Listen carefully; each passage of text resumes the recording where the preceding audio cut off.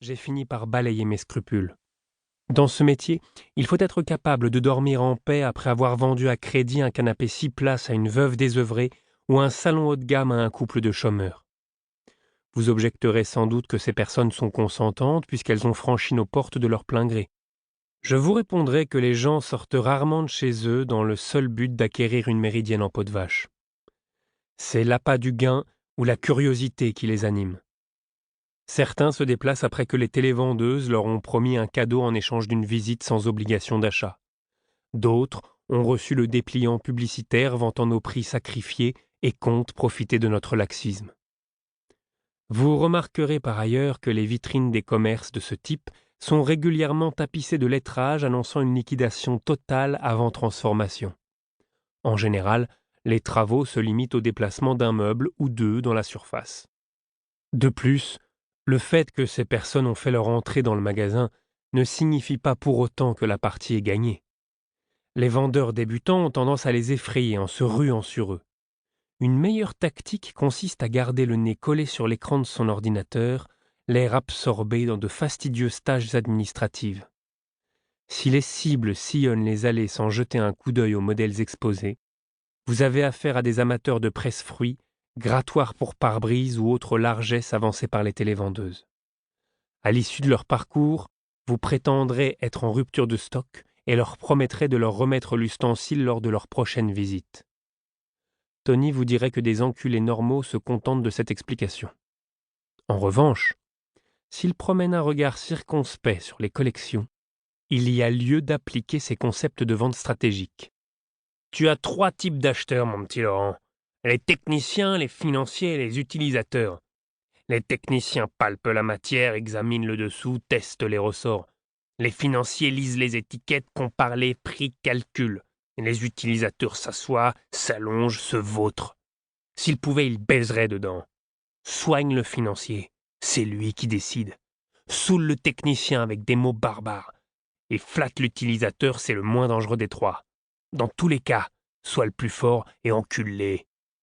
À l'égal de l'ensemble de sa philosophie, ce dernier principe émanait d'une méthode préconisée par les hard-sellers américains, dite loi des 3 F. Find the customer, fuck the customer, forget the customer. Mon rôle de chef de vente consistait à veiller au bon respect de ces règles.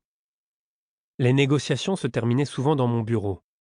Je disposais d'une palette de techniques éprouvées pour précipiter la conclusion. En outre, je prenais soin de recruter des vendeurs dont les comportements étaient en adéquation avec les valeurs de l'entreprise. Une fois engagés, les directives de Tony étaient de m'assurer qu'ils ne s'appliquaient qu'à enculer les clients.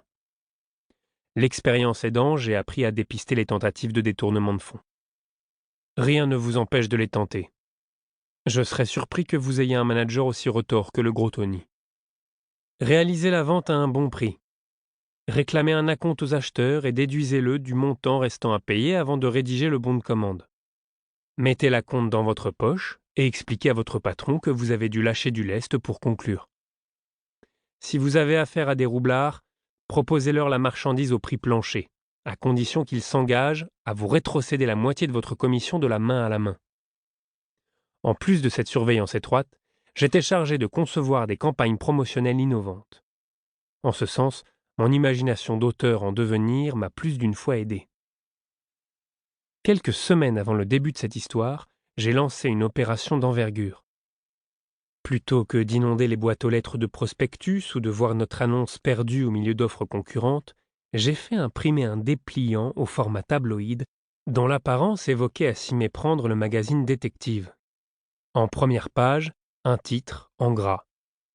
Grave accident de voiture sur le ring. En dessous, en plus petit, un homme d'affaires bruxellois entre la vie et la mort.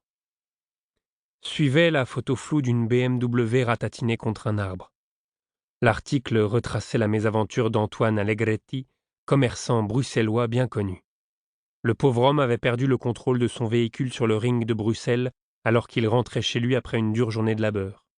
Le reportage précisait qu'il se trouvait entre la vie et la mort au service des soins intensifs. Sur la seconde partie, on découvrait le visage ravagé de douleur d'Angel Allegretti, l'épouse de Tony. Elle lançait un vibrant appel au secours. Pour continuer à écouter ce livre audio gratuitement, cliquez sur le lien dans la description et vous pourrez l'écouter en entier sans frais grâce à l'essai de 30 jours d'Audible.